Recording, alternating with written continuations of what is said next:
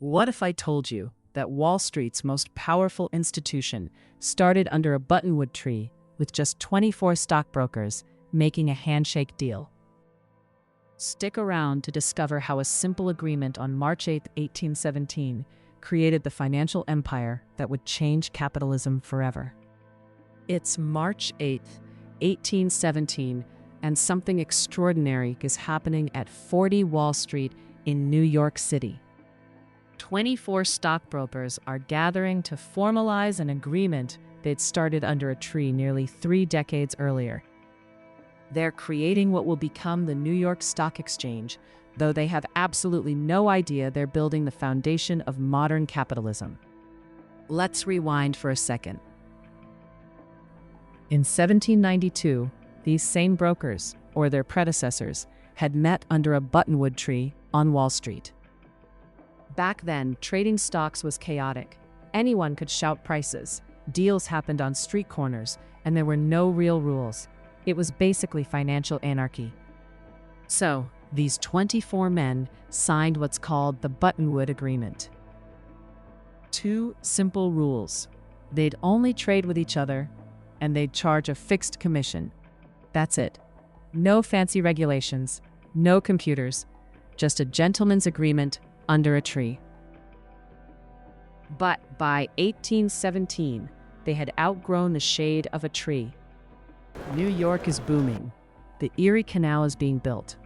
Textile mills are springing up. Railroads are on the horizon.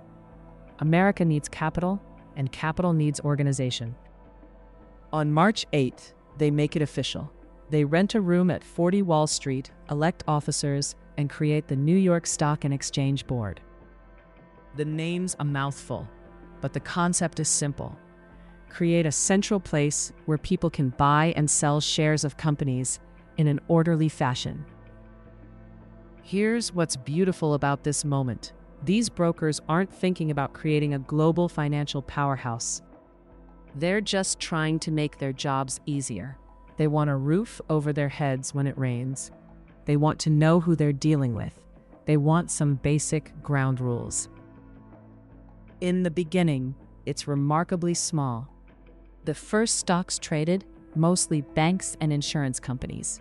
The Bank of New York, the Manhattan Company, maybe a canal company or two. Trading happens for just a couple of hours each day. A bell rings to start, another bell to end. If you blink, you miss it. And it's exclusive, very exclusive. You can't just show up and start trading. You need to buy a seat on the exchange, and existing members must approve you. It's like the world's most serious country club, except instead of golf, they're trading shares. But here's where it gets interesting. As America grows, so does the exchange. The California gold rush? Mining stocks flood the market. The Civil War? Government bonds become huge.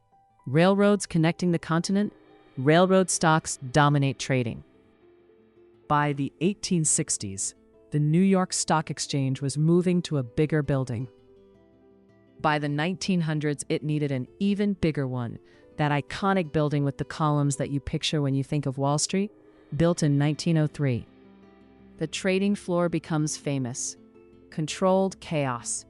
Men in colored jackets shouting, waving paper, running back and forth. Fortunes made and lost in minutes. It looks insane, but there's actually a system to it. Hand signals, specific positions, rules that govern every transaction. For most of the 20th century, if you wanted to invest in American business, you went through the New York Stock Exchange. IBM, General Electric, Coca-Cola, the biggest names in American commerce all listed their shares here. Sure, there were other exchanges, but the NYSE was the exchange, the big leagues. Companies would throw parties when they rang the bell to celebrate their initial public offering. Celebrities would come to ring the opening or closing bell. It became a symbol of American prosperity. Now, here's the twist. Those 24 brokers in 1817 would barely recognize what they created. Today, the New York Stock Exchange is almost entirely computerized. Those shouting traders in colored jackets, mostly gone, replaced by algorithms that can execute thousands of trades per second. The physical trading floor still exists, but it's more symbolic than functional. Most trading happens on computer servers in New Jersey, but the NYSE still matters. Over $30 trillion in market capitalization, more than 2,300 companies listed, billions of shares are traded every single day. And it all traces back to March 8, 1817, when 24 men decided to put their handshake agreement into writing and rent a room with a roof.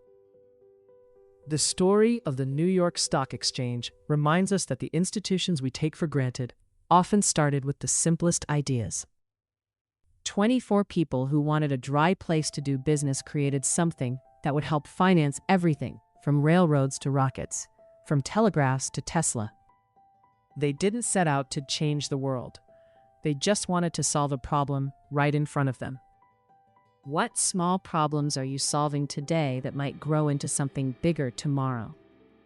What simple agreements, what basic organizations, what practical solutions might outlive you by centuries? And speaking of things worth preserving, think about the stories from your own working life. The first job, the career change that seemed scary but turned out right, the business your grandparents built, the family company that supported 3 generations. These aren't just employment history. They're stories of how your family made their way in the world.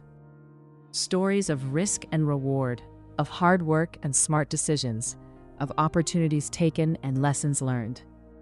Your grandchildren will want to know, how did you choose your career? What was your first paycheck like? What risks did you take? What would you do differently? Write these stories down. They're your legacy, the roadmap that shows future generations how you built the life they inherited. If you love discovering how simple moments created lasting change, join the History Sparks community.